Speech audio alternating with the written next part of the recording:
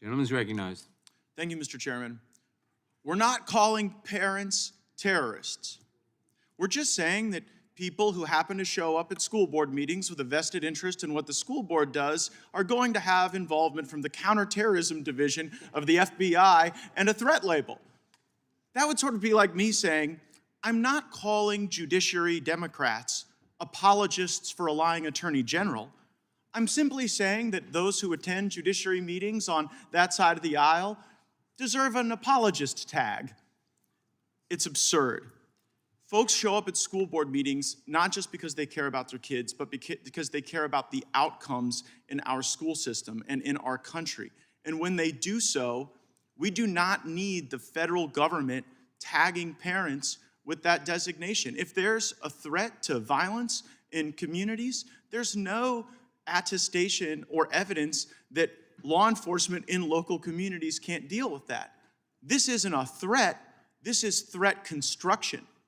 You have the federal government in our country so worried about an uprising of good regular folks who don't want to see this wokeness and this poison driven into the next generation. They're so worried about that they've literally involved the counterterrorism division at the highest levels of federal law enforcement.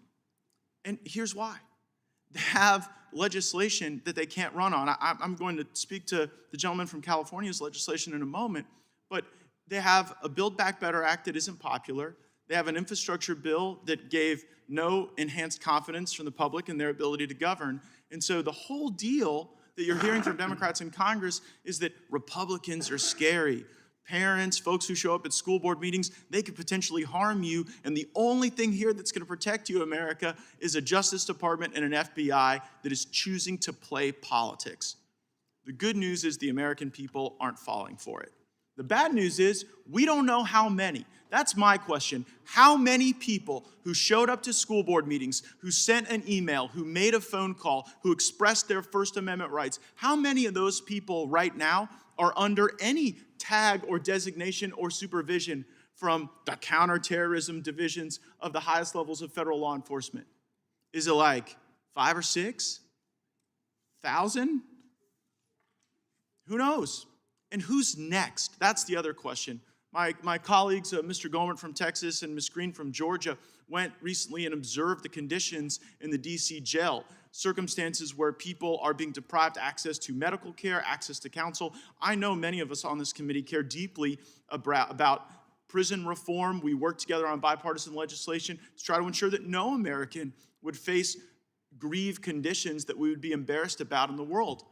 But now we are seeing that system used for political advantage, and that's what we should certainly be against. Now, on the legislation before us, my colleague from California says that what we really need to do is relieve the added burden that cold cases have as they languish, but I do wonder whether or not a bill that requires and demands, invests in people the ability to ignite re-reviews of evidence, if that doesn't enhance that burden rather than relieve that burden. So I know he brings it in sincerity, but I can't say there's been equal sincerity brought to the threat construction around school board parents and really the pattern recognition that we see, right? I mean, we see in these Durham indictments that are coming out now that the proposition from Durham is the FBI was lied to. They were victims of these Russians that were telling lies about President Trump, when we all know that the FBI went and seeded those lies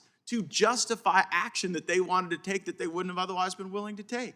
And it's the exact same pattern. Are they teaching this stuff at the FBI Academy? It's the exact same deal with the school board parents or anyone who shows up at a school board meeting. They wanted the authority to issue these threat tags, to monitor people whose political organization posed a threat to them. And so they went and nurtured and induced this letter out of the National School Boards Association, and then lo and behold, you see political patronage jobs being given out as a consequence.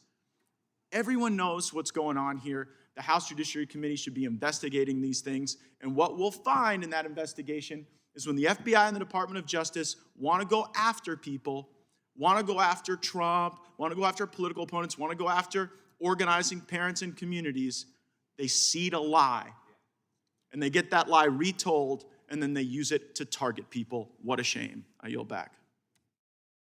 The gentleman yields back. For what purposes the gentlelady from Pennsylvania seek recognition? I move to strike the last word. Gentlelady is recognized.